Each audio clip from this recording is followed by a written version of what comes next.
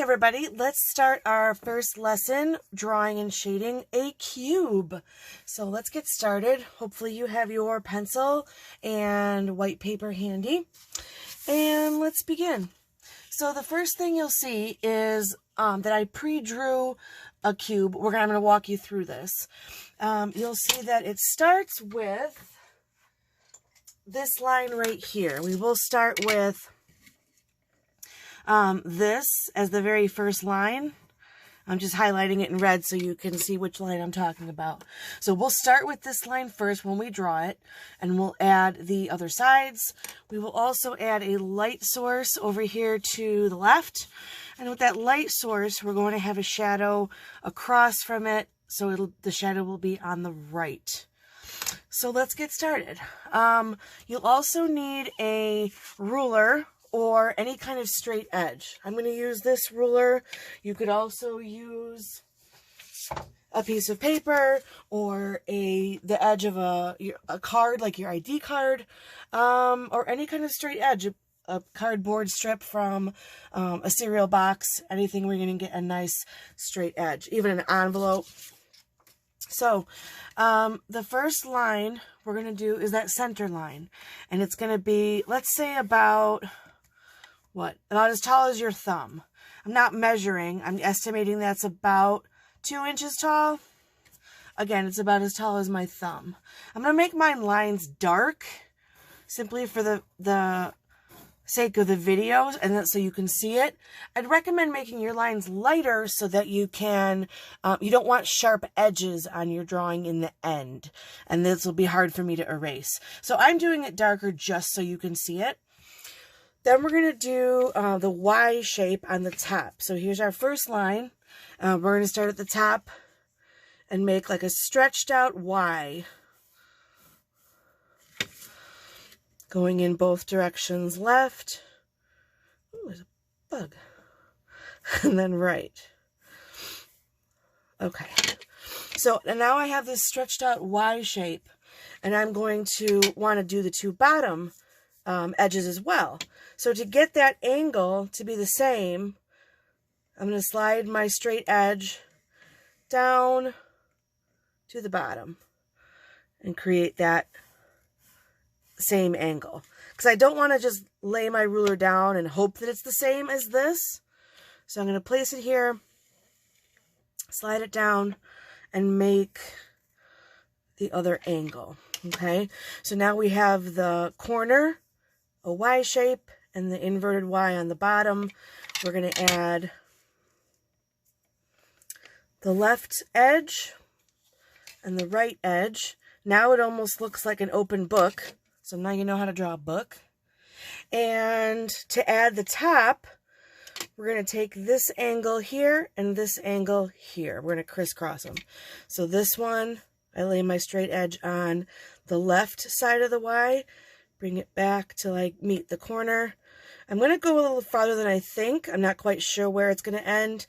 They're going to crisscross here somewhere, but we'll wait to see where that is for sure. And same thing on the right, putting it on this edge, this part of the Y, sliding it back to there. And that's where they end up meeting. So I got a little extra to erase. All right. I'm going to make this side a little darker just for the sake of being able to see it. That one looks a little bit light to me too. All right. So, light source over here. This could be a candle, a sun, a light bulb, so whatever the light source might happen to be, natural or artificial. We got our light source here, and that means coming through, we're going to have the shadow on the right side. And we just take the ruler on the bottom, and we're on the left, and we're really just going through it and fading out. Sliding, lining your ruler up, and rolling away from you. Sorry. So you get that same angle. Okay. I am just using a normal yellow number 2 pencil. If we were to have our kits here, I would distribute those pencils to you. Hopefully those are forthcoming. So since the light is hitting on the top, and this is facing away from the light completely. I can already tell where I'm going to put my light and my medium and my dark. So let's start on the top. The light's hitting right here, so this has got to be pretty light, almost white. I personally like to start light and move to dark. Notice I'm going to hold my pencil not like this, like I'm writing, because I'll get too sharp of a point. But I'm going to move my pencil back. I almost like to hold it like this between my index and thumb, and then just let it rest. So the eraser is like touching. Another way you can do it is to drop the eraser in the middle of your palm and close your fingers gently. Then you just have a real gentle grip and you're going to get a nice light value. So I'm going to start so super light. I'm barely going to do anything here. And then as I move away from the light, I'm going to start adding a little more pressure. Just a little bit. And now I'm going to go and add a little more pressure with another layer. And I don't know if I think that's enough. That might actually be enough for now because the light is still hitting the top, okay? The very darkest part is going to be right here and moving down to light. So this part, I am going to start with my pencil holding it loose. I think you can see my hand like this, holding it loose. I'll move up a little bit. There we go.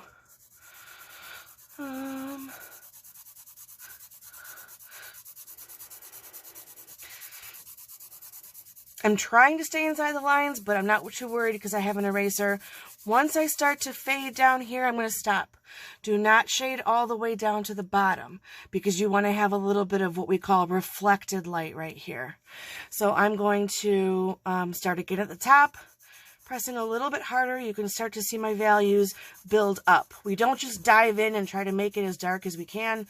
We always build up layers. That's why I like to start dark. I recommend that and then building up. I'm going to go a little bit more right down there. And layer number 3, I'm actually going to change my grip and I'm going to press a little bit harder, but I don't want to get pencil streaks. So I'm going to take my time, move slow. Notice I'm not racing down to the bottom. I'm going to clean up those edges a little bit. Looking a little rough.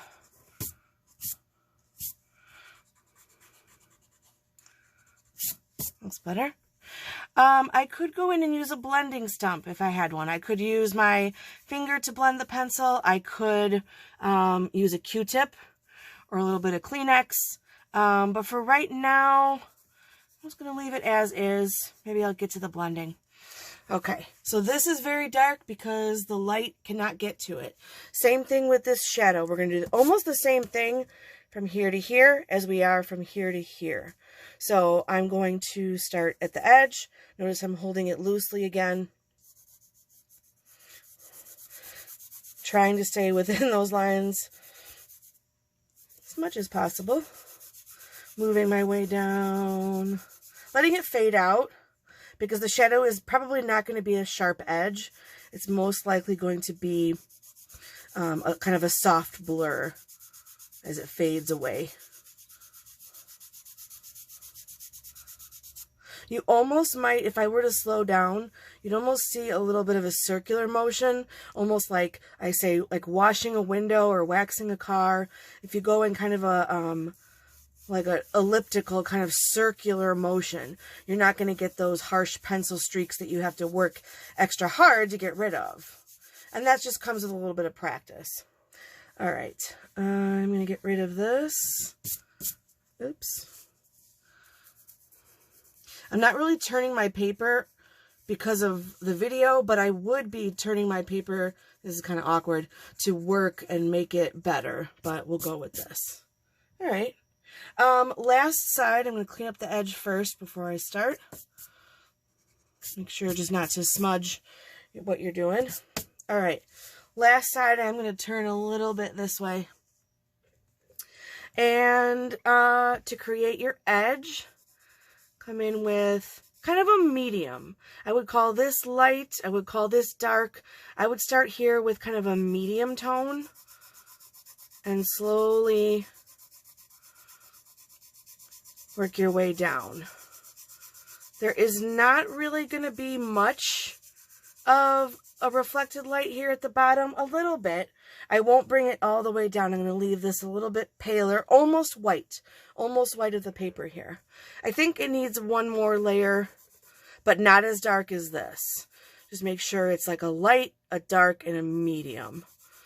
So I'm bringing this value down, my second layer, and I might stop right about there. I think that is what I want. Okay. If I had a darker pencil, like an ebony pencil or a 6B pencil, I would darken this and this a little bit. But for now, whatever pencil you have works. So there we go. We've got our cube. All right. What I will have you do is make sure that your name is somewhere on the paper. I'm doing mine in the bottom corner. And that will be what you take a photo of and turn in to Microsoft Teams. So any help or any questions, I'm here. Let me know what you need, and I'll see you in class.